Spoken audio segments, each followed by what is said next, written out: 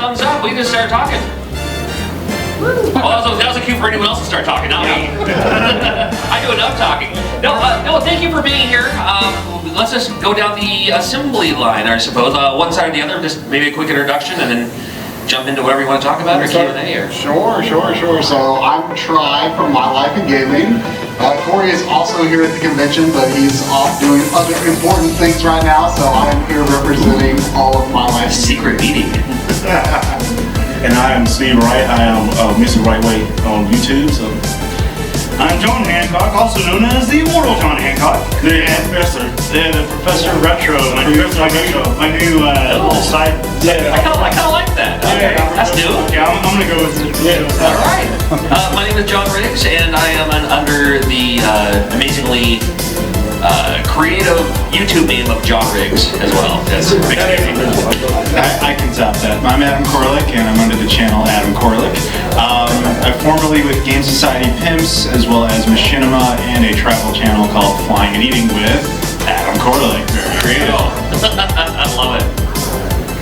So I guess we're here to just talk about YouTube trends. But if anybody want to ask anybody questions up here, please raise your hand. We'll be happy to talk. We're here for you. We're here to service you guys. So thank you so much for inviting us here. Thank you for just packing this place out. You know, you could have been anywhere else, but thank you so much. But we're gonna keep it an hour because WrestleMania about to get ready to come on. So who's ready for WrestleMania? Anybody in WrestleMania? All right, good. All right, we're just having a good time at Midwest Gaming Classic this year. I promise to drink local beer. This is just someone gifted me this, so yes, don't. Tequila is welcome too, you know. So do you just want to do Q&A style? Wait, let's do it. Let's do that. All right, so for the record, you don't have to even it out. If all of your questions are for John Hancock, that's fine. We get it. And please address him as a professor. Oh, jeez. That's right.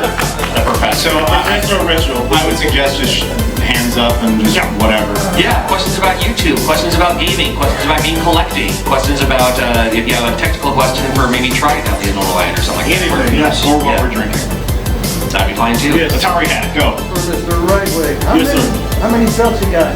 How many belts do I have? Ooh, I think I got 6 belts. Yeah, championship titles. Right? Actually, you know what? I actually found some belts at a retro video game store.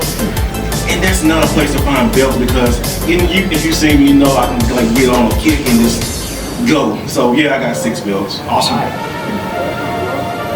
Go for it. How is it different? How different is YouTube now versus when you all started YouTube? Ooh, good question. I don't know. I might be the oldest one up here as far as YouTube dinosaur years. 2006. Did you start in 2006? Okay, then you beat me. I have 2008.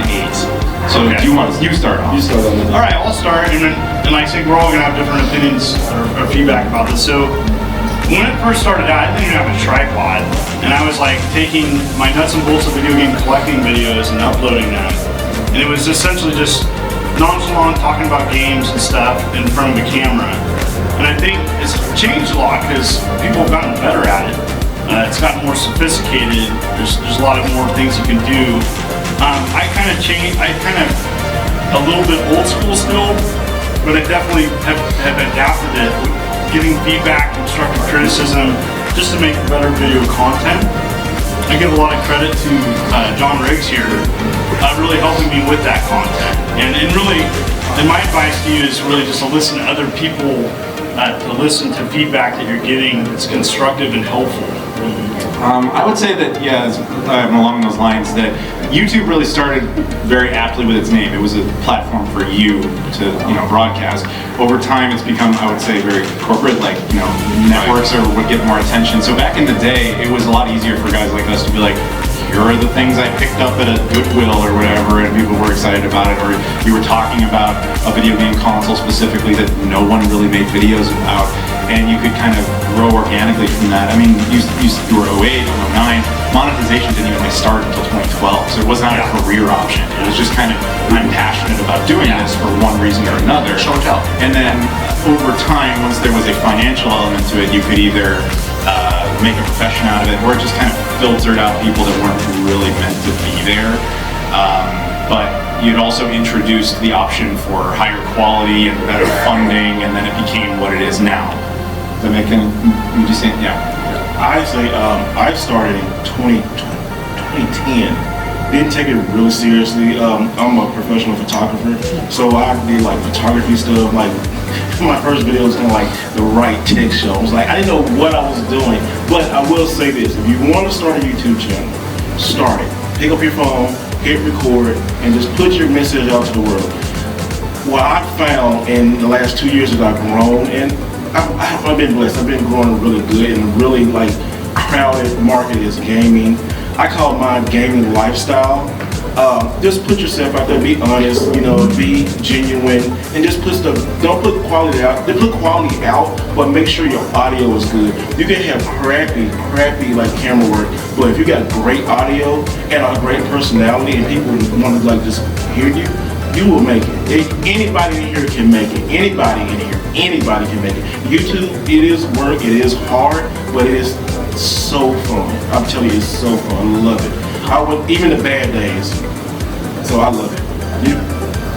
Yeah, I mean, I started in 2013, and so I don't really know if I have it. I mean, that's 10 years, but I don't know if I have as much to say about how it's changed because I mean, it has, but I would say less than, you know, compared to 2016, or excuse me, 2006 or 2008 until now. But, you know, at the time Corey and I started, you know, we both have like a professional background in video production and video editing. And at the time that there were a few people like in the gaming space that like, you know, did have like professional or educational background in video production. And like to us, like that was like an unusual hook. But now, like, I mean, lots more people have learned the tricks, you know, and there's a lot of really slick looking stuff on YouTube today compared to 10 years ago. Yes. Like it's actually not that, what we do, what Corey and I do, just from like a presentation standpoint, it's less unusual, I guess, than it was back then. I mean, a lot of people still praise, you know, our presentation, but I see a lot of stuff that I look at and think like, wow, that's, you know, especially the way like people use like, you know, different colors of lights and stuff. I'm bad at, I use very like old school, very normal sort of, you know, 5500K lighting. I don't use a lot of the colors. I wish I could be better at that, but you know, I'm a little more old school about my lighting technique. But you set a gold standard. You're really good. Very young. Yeah. Great. Agreed. Yes, ma'am. Yes, ma'am. So, sorry. Since the 3DS and eShop is closed, what is your guys' favorite like memory with the 3DS or eShop? 3DS memories? If you played. 3DS memories. I have none, I'm entirely physical, sorry. Well, 3DS is. Or any 3DS in general. Oh, that's different. 3DS in general or just eShop? both. Okay. Ooh. Well, You want to? well, I mean, I kind of came to the 3DS late because I was enjoying the DS. I actually got a 2DS, one of the last models that they did with the, you know, little analog and stuff. And I just love the Metroid game that they did at the final. You know, I got that, really played that and enjoyed it. The Bit Trip, so for eShop, the Bit Trip collection, and so that to me is like fantastic. And you know, I did a recent video just on kind of like some indie stuff. So some of the going like getting some of that those independent games that are like, you know, cheap and sometimes forgotten about. Like for me, that's what I use the eShop for, is like games that wouldn't be on physical that were like under $5. And so that was like, I knew that they never would be on physical or typically wouldn't, so I picked those games up. For me on the 3DS, I think it's Nintendo's I ain't say unappreciated, but I'm collecting the whole system, so I got like 5 games left on the 3DS.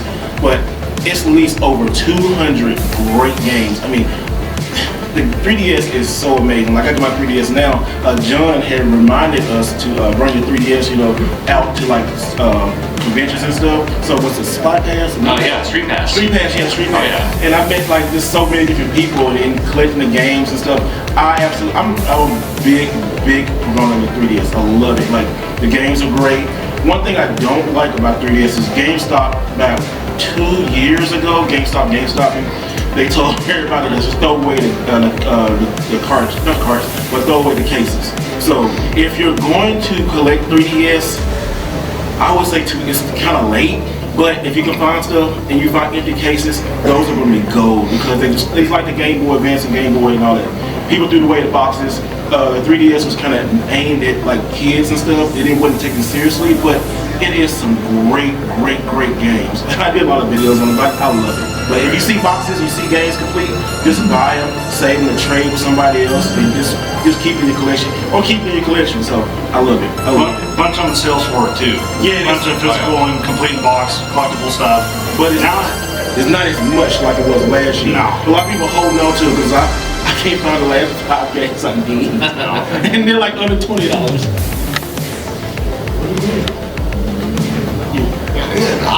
I loved I would say I still love the 3DS, but it's now that it's like no longer like the current handheld system. I find it hard to go back to because, and this kind of ties into the whole YouTube thing, because games that are either not possible or difficult to capture, I find to be a deterrent toward me to play because I'm like, well, you know, That's totally true. it's like I could be playing this 3DS game. I'd like to knock it off my backlog, but I could also play a game on another system and I could record it while I play, and that could potentially turn into content in the future. Right. Now, I do have a 3DS capture kit, which unfortunately, you know, the guy in Japan who made those, you know, they're passed some sort of law that made it difficult to mod things in Japan. And luckily when I was there, I actually stopped by his shop in Akihabara and got my new 3DS XL modded, so I can do that. It's not perfect though, the result is not perfect, and it's a little bit of a pain in the butt to use, so I like having the ability to capture 3DS and DS that way, that mod, but it just from a YouTuber's perspective, it seems like you all agree where if you can't capture it, it's like, well, maybe I'll play something I can capture, and I don't like that. I wish I could like that. No, it's all old school for me. I have to like have the claw that has the phone facing down, and you see my dirty fingernails in the video and everything. It's like I just work with the tools I got, man. I feel like you know, Joker's the person who stitched him up after falling into bad acid. It's like you see my tools. I just keep it on the cheap, man. But I do love the 3DS, and it was a travel system of choice for a while, and it was perfect for me when my kids were younger, so I could find all those games that just use the stylus and no buttons, so I could like hold my baby with one arm and then play these games with my. There's a great photo of me, like, you know, my wife is holding our new infant-born baby, and like on the back of the window, so you see my DS sitting there. It's like, well, that's what I was doing. So He's playing great. it was, but and the more we go on, and the more the Switch is still switching it up. Well, you know, like 6 years later, going back, I think you're right too. It was super unappreciated because it was like during the age of the Wii U, and Nintendo was really shoving that Wii U down your throat. I love the Wii U, but it seemed like Wii U was the thing, and then oh, by the way, here's the, you know, the 3DS of the week. You know, they come out with all the new, you know, styles and all that. So that was kind of fun to collect for if you had one that you already had or didn't. And I actually appreciated the 2DS too, even the flat one that doesn't bend. Because it's a 3DS. Wedge. I never use it in 3D because more often than not, my mobile gaming, if I'm not traveling, my mobile gaming is something I have on my bedside table before I go to sleep. But I also take my glasses off and I use a CPAP. So my eyesight doesn't align for what it being 3D in the first place. I just, you know, we call it a 3DS, but I used it in 3D, I think, day one. I was like, okay, that's cool, click, turn it off. I mean, I very rarely turned the 3D off. The only exceptions were like Pokemon, because it only had 3D during battle, and it made the frame rate really, really bad. And there, what was it? Like maybe it was Rune Factory 4 or something like that. Really weird looking 3D. Oh, that was real bad. Yeah, but otherwise, I always had 3D on. I love that feature. And sometimes, you know, when I do pull out my 3DS these days, sometimes it's because I can't sleep at night. I'm like, you know what? I bet a 3D screen would make me feel sleepy real quick. And it also, too, here's another thing. If you're looking for 3DS systems, they're impossible. They ain't impossible to find, but they're actually the same price when they came out, or even a little bit more. So, like, go to a pawn shop if you can find it. they're great. They just go to Pawn Shop. I would say some GameStops, maybe one or two. I have seen them in like the past 3 weeks.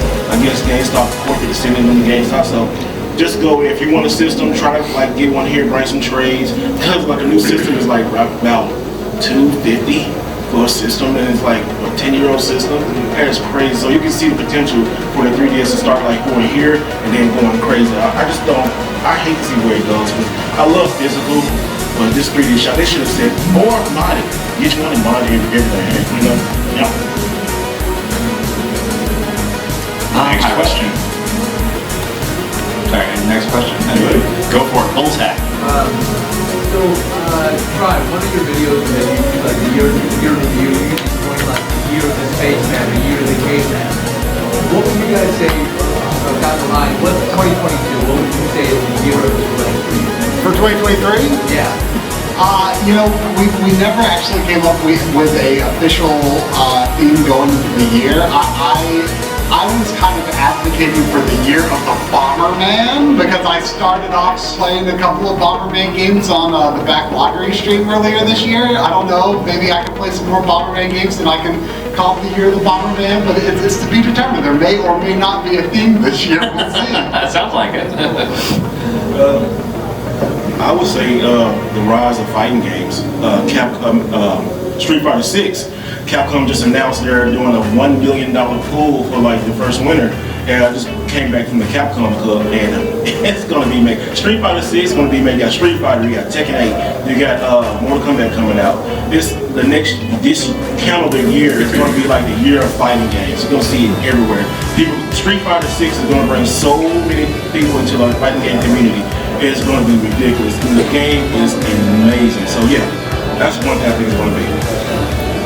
I mean, I would just say just the continuation of nostalgia, like on a corporate level. Like it seems that like more and more companies are tapping into that. Like Capcom, good example. Mega Man Battle Network Collection's coming out. Right. So like there's just more and more of these, like the Resident Evil 4 remake. Like they're really tapping into that. Hey, we can take a game that's 10, 15 years ago, we can reimagine it, put it into a collection, and offer it again. I'm seeing more and more games offered on modern platforms. So that makes retro different for many people. There's more and more games offered on Steam and Switch that are from previous years. And so I think that's a good thing. It's going to be the year of the Amico. No? Okay. It's going to be the year. You know what? Yaya Beavis. I told myself too, if I ever do a sequel to Yaya Beavis 2, it's not going to be Yaya Beavis 3. It's going to be Yaya Beavis 2. I'm going to do that. No, I think it's going to be year of the indie love letters, because we're going to get games like the more we get the new Legend of Zelda, not knocking Legend of Zelda, but give me that old school. Kill some guys, go in a dungeon, get the item, get the Triforce. I miss that Legend of Zelda. Nintendo's not going back to do that again. However, some indie company will.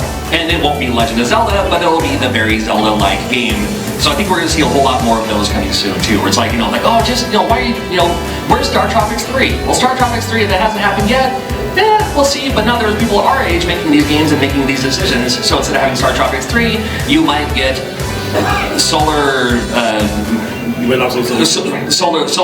Beach. I don't know what Solar Island. Yeah, there it goes. We get something in return. It's like, well, it reminds you a lot of this game, and that's the reason why. So I think we're gonna see a lot more of those kind of indie love letters on the cheap. So in lieu of a bigger company doing it for them. Yeah, honestly, I have to echo those exact thoughts, and I think you hit it out of the park on that. I have nothing to contribute to that. Anybody Good else? question. What did you guys do before YouTube, and what made you guys decide to do YouTube full time? Oh, jeez. College.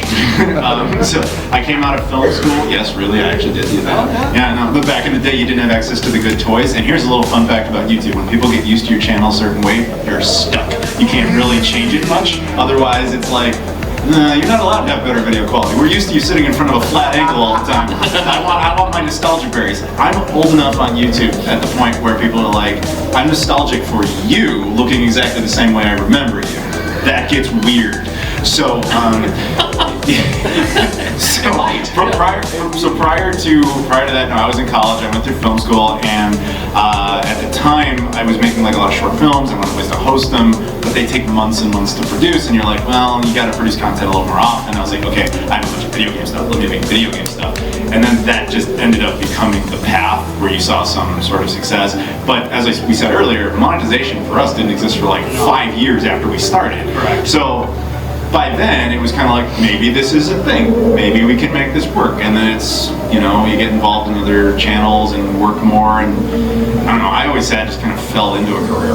Yeah. I mean, I had Metal Jesus Rocks, my buddy. I was on his channel first, and after being on his channel a couple times, he was kind of like, you can have your own channel too, right? And I was like, well, no, I like coming on your channel because you do all the editing, you do all the work. I just talk about video games. That's good news for me. And I was like, well, okay, I can do, I can show off some of the hacks I've done or do a tutorial on the, hacks I've done and stuff like that. And it wasn't until I didn't really have anything I was in the middle of working on at the time. So I was like, well, I'm always cleaning these games and fixing them and stuff. I'll just film that once and see what happens.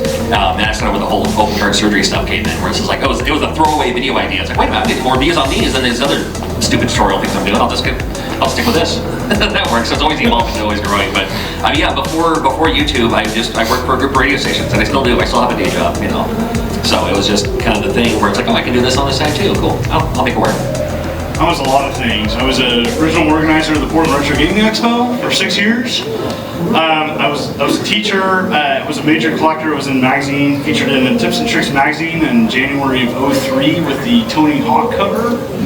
And so the Room of Doom. I was friends with Joe Santulli, NPM, National Video Game Museum, and I was the kid on the block and kind of the up and coming collector. And then, so I got featured on Happy Console Gamer, Gamester 81's channel, and eventually Metal Jesus. Shout out to Gamester 81, by the way. He's right there. You want to talk OG YouTubers? OG, stand up, stand up, stand up. This guy. Give it up for John Lester. John Lester is one of the biggest inspirations to the guys. Same. All of us watched this dude before we started. So I'm also going to add to that. If it wasn't for him, he wouldn't have a Mortal John Hancock. You wouldn't have any of us. You wouldn't have any of us without that guy. He was the first one to have my collection to be on a major channel. And so he was the one, we talked and we talked with some other people and it turned into a YouTube. But funny story, I was offering these terribly edited but informational videos, the nuts and bolts of video game collecting. I know that a couple of people know what I'm talking about. Raise your hand if you've heard of that. Yeah. All right. Okay, so I offered those at trade shows, just how to help fellow collectors out. And then people motivated me, hey, do a YouTube channel. So at the time I was kind of lazy, so I took that video and that was my first content that I uploaded. It was some of that content. Anyways. Yes. Nice to know. Well, me, I did a lot of stuff. First, I was in the military, got hurt. When I got out of the military, I wanted to do YouTube, but I was messing around. So I love technology. I love all that kind of nerd stuff. So I just dabbled in it. I didn't take it seriously until like 3 years ago. But also too, I was a professional photographer, wedding photographer. Yeah. I'm not doing that no more. So I did that. I worked with, started doing wrestling photography. I started doing stuff with WWE, AEW, New Japan, Ring of Honor. Did all the major wrestling promotions in the United States. Still sometimes dabble in wrestling, but when I moved over and did YouTube, it was like, oh, I'm retired from the military. This is fun. I actually like driving. I love to drive. When I get in the car, this is another side story. I put miles on my car.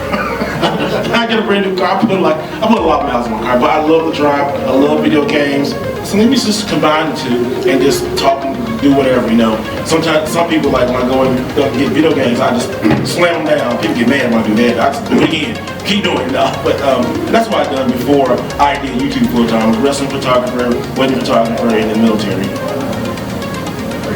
So I went straight from college. I went to college for video production because, me and my friends in high school made videos and, we enjoyed it. And so I went, to be a media arts major. And the year I graduated, a staff position at the campus TV station opened, and I went there and then eventually kind of got integrated to like the marketing team. But yeah, so I was just, you know, so I had a background in video production, and I always kind of wanted to do something on YouTube because when I was going through college was like the peak of Homestar Runner. And that, what inspired me so much was, you know, how it was these two brothers just making video content and making a living off of it. And that, YouTube didn't exist yet. YouTube started like toward the end of college for me. So when they were, you know, 2003 onward, you know, at the peak of their popularity, you know, they found a business model that worked for them through merchandise, and I was just like, man, I don't want to work like, you know, the kinds of regular jobs that people would do. Like, I want to do what I want to do, to make the content I want to make, and that was my biggest inspiration. And but also in a lot of ways helped me back because I stayed at my job for, you know, in maybe a lot of ways longer than I should have, but also at the same time had a hard time motivating myself on my own. And just like the brothers chaps that did Homestar Runner, it took two of them, and it took, you know, my friend Corey to say, hey, let's make a YouTube channel for me to finally get motivated to do it. So, you know. That's cool. Yeah. Thanks, guys. Anybody else? Yes, sir. Next. Right here. Actually, I have a somewhat specific question for Mark. Okay. First of all, thank you for preventing me from buying a C2. I was literally just about to buy one. I watched your video and I bought a C1.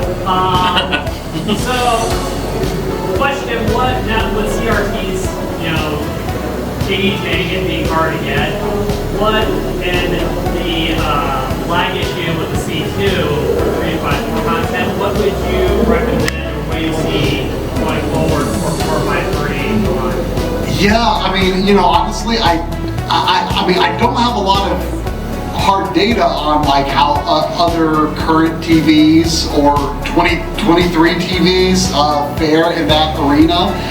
In terms of, you know, I did hear some people saying like, oh, like a Samsung TV had this issue. This might be just kind of like a burnt-in issue to like the way that the current chips are designed for TVs that multiple manufacturers are using. So, you know, something could have been, I don't know. But I think perhaps even more concerning is the downgrade of black frame insertion quality, which is a huge thing that gets it so, people, you know, have underestimated that feature, and it really gets it a lot closer to a CRT-like presentation, especially if you're using scanline filters or CRT-style filters. Those really shine with black frame insertion, and I do think there is concern that features that would be useful to retro gaming are kind of coming along and then kind of tapering off. Like, but I will say, I think with something like the RetroTink 4K coming up, if the 4.3 issue continues to be a problem with modern TVs, that's going to eliminate it, because the only reason that I was really so annoyed with the 4.3 thing is because I like using the 1920 by 1440 mode on Mister and OSS, or RetroTink 5X, which is a very, very specific use case. There is like a 2560 by 1440 mode on, they do have like some compromises in terms of like horizontal clarity. But basically, long story short, as long as you are sending a 69 signal with like the pillar box that's built in, then the lag issue is not an issue anymore. So I think future technology within the retro gaming space is possibly going to assuage any issues that arise because TV manufacturers are slacking on them. I play my Nintendo on an RF on channel 3. Plasma is interesting, but I've unfortunately not had like a lot of access to really good models to play around with myself. But like the really good plasmas, yeah, I know everyone who has one, you know, still swears by the less amazing plasmas. Like, It's not my favorite. There'll be a pop quiz later too, so I hope you're taking notes. Who's next? Back there.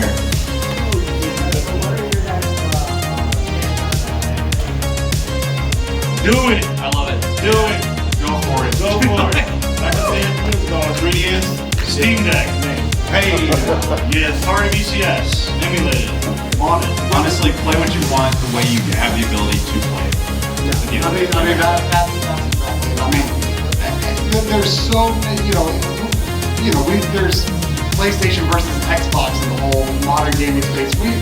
We don't need that in the retro gaming space, but there is sometimes this emulation versus original hardware, or FPGA versus software emulation. All these things are amazing, and I think it's, people are like, oh, there's like got to be like one best way to play, and I think the reality is it's great that players and engineers are putting effort into multiple avenues, because not only does that give people more ways to play, it also has more eyes going over the technology and the code to ensure that we are doing this as accurately as possible, no matter what method it is. So it's good that we diversify our methods of play. So. I love that. All right here, W. Alright, question for all of you. What is your favorite game of all time? Oh, gosh. Shenmue. Seriously? Which one? No, you would never guess it. Not from you. Yeah, no. That's out of a holster. Like, that's easy. I got that. Which one though? Shenmue 2. My go. You wanted me to specify. There you go. My go-to answer is Zelda 2. Just because when I first played it for the first time, it blew me away. It was like, oh, this is a whole world and story and all that. So I respect that. Yeah. I respect that. Playing like it's not my choice, but I respect it. putting myself in every age and every mindset. The first time I played every video game I've ever played, Zelda 2 was top of the list for me at the time. So for me, it's Robotron 2084, but a lot of people don't know why, and it's the best way to visualize ADHD and how someone thinks. So it's like, Not bad. because it's like, it's so frantic, I just really can connect with that game and the Fast and Furious gameplay.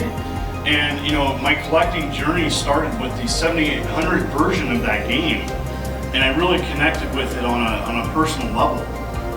Loosely based on the story of 1984, by the way.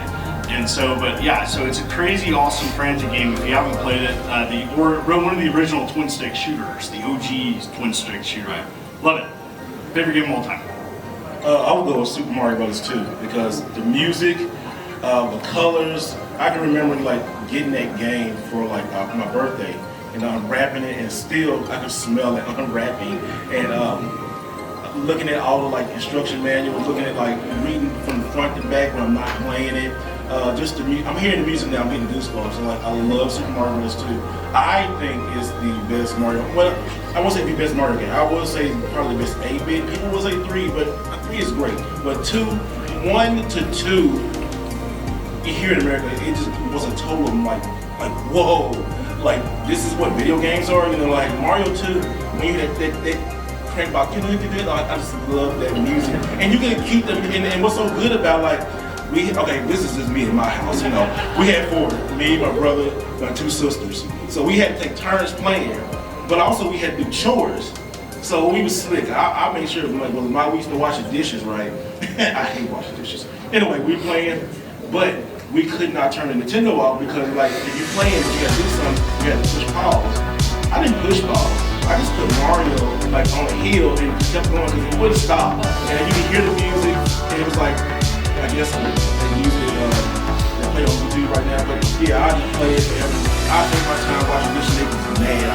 I'm coming back to my game. I ain't off my life. And that's what I love it. So yeah, I love Mario. I'm loving these the weird number 2 sequels on NES being chosen because I love these games. I love those games too. I mean, my avatar for answer is Zelda 2 Link. So but my very boring answer is Super Mario Bros. 3.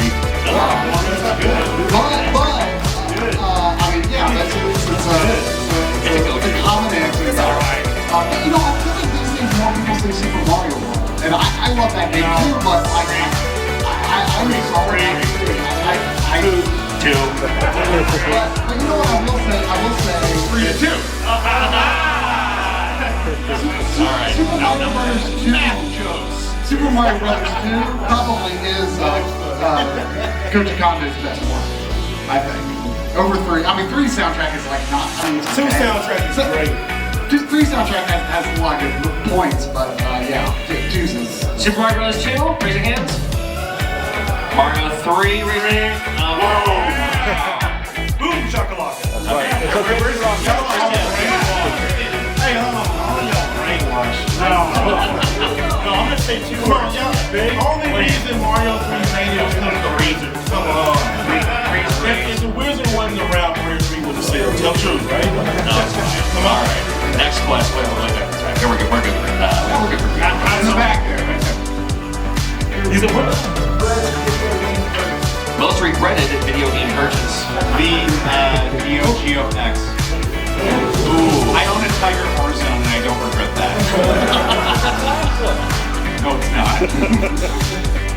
I mean, it wasn't a huge investment, but it was, when the PlayStation 1 came out, it was right during a time where I had I finally had disposable income. I could actually buy games instead of renting them all the time, so I treated myself and I went to Toys R Us and I was like, oh, this PlayStation 1 looks, this game looks great.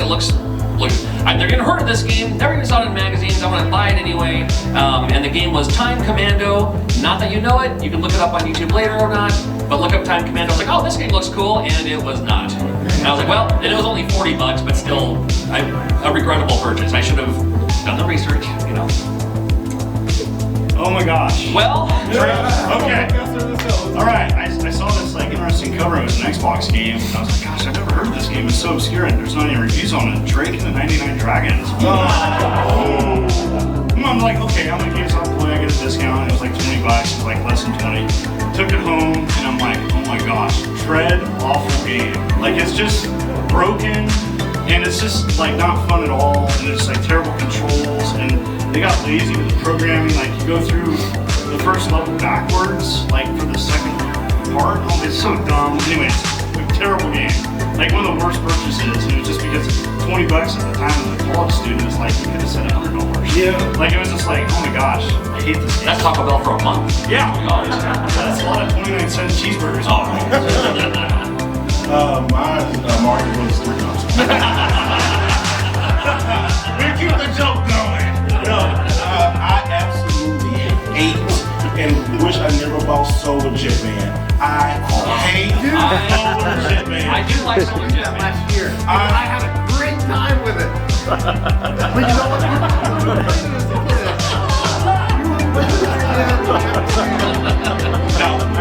No, Solar Jetman, like, I worked and I took it about doing a job when I back in the day, you know, parents would be like allowance.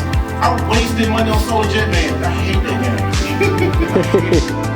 I like it. I beat it last year. That was my last year with the Spaceman. Very impressive. I mean, it's like, Yeah, hopefully my biggest gaming purchase regret's not gonna be the Shock Troopers for NBS I bought today. Oh no. Hopefully not. We might not know what's going on in video game. In terms of like the games that I was like actively hyped for and then let me down the most when they came out, Yoshi's Story. Because why the heck would the sequel to Yoshi's Island not be like the most amazing thing ever? Okay. I was more hyped for it than Ocarina of Time. And also for some reason, whatever reason, I was really hyped for Final Fantasy Crystal Chronicles: The Crystal Bearers on the Wii. Like, I don't know, I thought it was really fun in trailers, and This was like the Poison Field, right? And you know, that's the GameCube game. Oh, yeah. And that game's, you know, it's got its place. Okay. But this was a game for the Wii, and it's more of like a single player action adventure. It's just, not really. I don't even know how to describe it. It doesn't have to be Final Fantasy. The main character has like this telekinetic ability of some kind, but it plays really badly. Also, one time my uncle said, you know, I was in like a Babbage's or something. He's like, hey, you know, you make a Game Boy game. And I picked Home Alone 2. Because for some reason, I actually got Home Alone Like this is probably a case of just being a kid, you know, playing what you got and enjoying it. But I got Home Alone for Christmas one year on Game Boy. I kind of liked it. It's not terrible. Home Alone 2 makes no sense.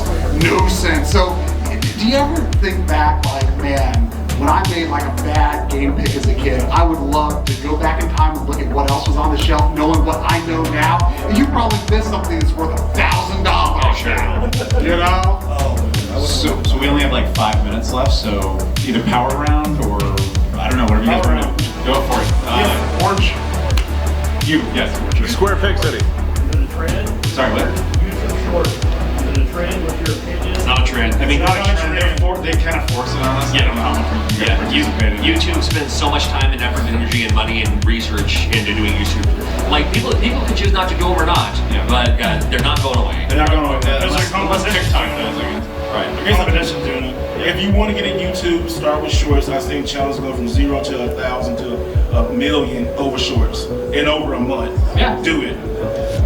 And you can get paid with it. Yeah, anyone have to it. I mean, it's not what people expect from us, but we should probably do it. Every once in a while. Anybody else? Yes, sir. Sure. If you guys were to make your own game, like what genre would it be? I made it. I made it. I can't top that. Wrestling. I don't know. I do want to do some sort of 2D platformer. Yeah, it'd be a 2D platformer. That's my go-to. A parody of my collecting and just a funny satire. I did a satire game already of my game room with water and spiders, and I have to get through my game room to get through the malfunctioning door. I want to do a Robotron style 8-bit game of collecting and having it competitive. Like you have to collect games, you have to worry about other collectors, and you only have so much money. So that's my game idea I want to do. I'm gonna get a reaction, and this is my next homebrew coming out hopefully later on this year. The idea is, and this is a true story, it takes place in church, but it's not a religious game. To impress the ladies, you have to carry as many stacked chairs as you can to bring them back where they came from and everything like that. So that's gonna be my next homebrew coming soon. And it was just one of those like, oh yeah, that was a thing that we thought about for some reason when we were kids. Picking up chicks at church? That was what you thought about as a kid. In high school, I used to take out like all the pizza boxes that like were given out like on like Oh, there we go. the pizza that was like on like Friday or something, and like it just became this thing where I ended up like taking like all the pizza boxes in one big stack outside. There we go. It was fun. Love it. You should call that game. Got one more? System. One more. Let him pick. Go for it. One more. Anybody? Last question? That's all right. All of them? Editing in general. Computer crashing. Yeah, computer failure, software failure. Not Drive died. saving your video and going along and getting really into the video, like telling yourself I need to save it. You get to the very end and then your computer loses it. It's and then always- it's like, oh, that's like It's 4 or pretty 5 much hours long. always a technical matter, at least for YouTube. I mean, when you do like bigger productions, that can be, Not turning your mic on. Yeah. No, not turning your mic It's always on. Yes, always turn your mic on and you get the whole video and you did everything you like. Turn the mic on. I've recorded entire interviews without either turning on audio recording, or maybe I was doing a 2-camera shoot and didn't hit record on 1 camera. It's always something. yeah, it's always technical in some capacity. Not doing the common sense stuff that checks are going to save you time and stress. Thank y'all so much. Thank you for being here. Thanks for coming,